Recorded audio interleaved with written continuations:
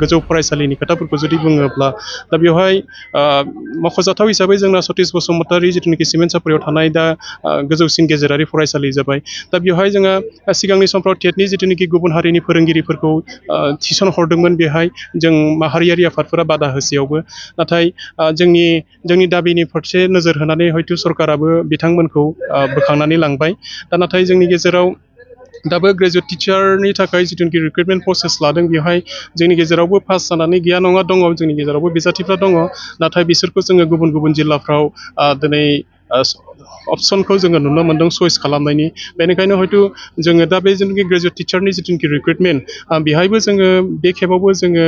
मोनफुंनो हानाय नङा नामा बेखौ जोङो साननो गोनां जादों आरो बर' बिजोंनि मोनसे सम्भाबना दं होननानै गोबां रायजो राजाफ्रा बुंबाय थादों दा बे हिसाबै नोंथांमोना बे समाव रायजो राजाखौ मा खावलायगोन गुसुङै बे मोनसे बिराद मोनसे गेदेर सोंलु नंगौ दा दिनैनि दिनाव जुदि जोङो नायोब्ला बर' बिजोंनि जिथुनाखि फरायसालिफोरनि अबस्थाया मोनसे समावथ' एकदम जोबस्रांलांनाय बायदि जादोंमोन नाथाय जोङो दा एसे जोङो बेनिफ्राय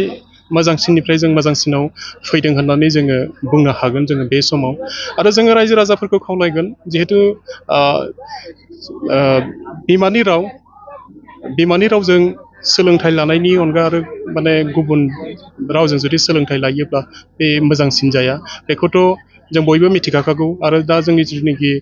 गोदान सोलोंथाइ जिथुनाखि बिथांखि 2020 बेबो जोंखौ मोनसे बे सुजुगखौनो होफिनदों दा निजेनि बिमानि रावजोंनो बे सोलोंथाइ लानायखायनो बेनिखायनो दिनैनि बे गोथार जिथुनाखि बर' थुनलाइ आफादनि जिथुनाखि गायसनथाइ सानाव गासै बर'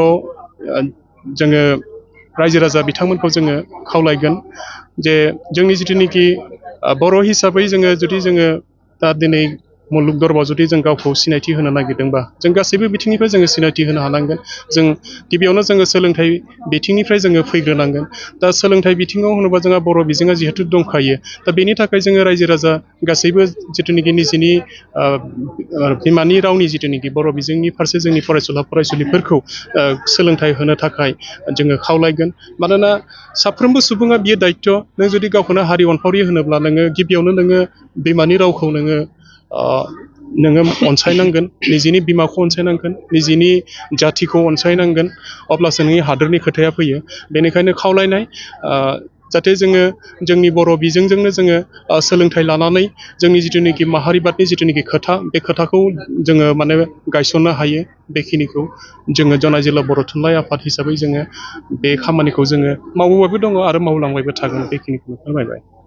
नोंथांमोना गोब्राब नाजासेयावबो जेरावबो जाफुंसारनो हायाखै नामा जानांदों नामा गुबुन गुबुन रोखोमनि जेंनाजों मोगा-मोगि जुदि जेरावबो जाफुंसाराखैब्ला आरो बायदि जेंनाजों मोगा-मोगि जानांदों अब्ला बेफोरनिफ्राय जेंना बोस्रांनायनि राहाखौ लादो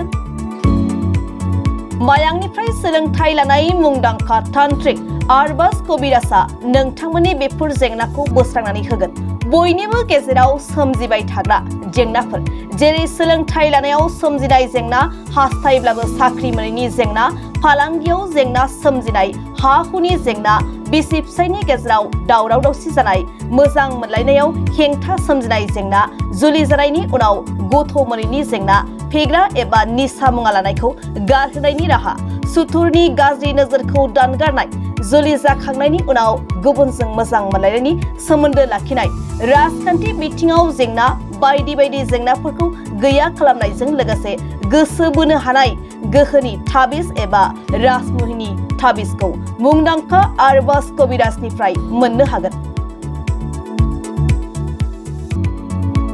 अब्ला मानोथो गोबाव खालामनो नोंथांनि जेंनाखौ गैया खालामनो थाखाय 7908887945 मबाइल नम्बराव फोनांजाब खालामदो आरो आरबाज कबिराजनिफ्राय सुबुरुन लादो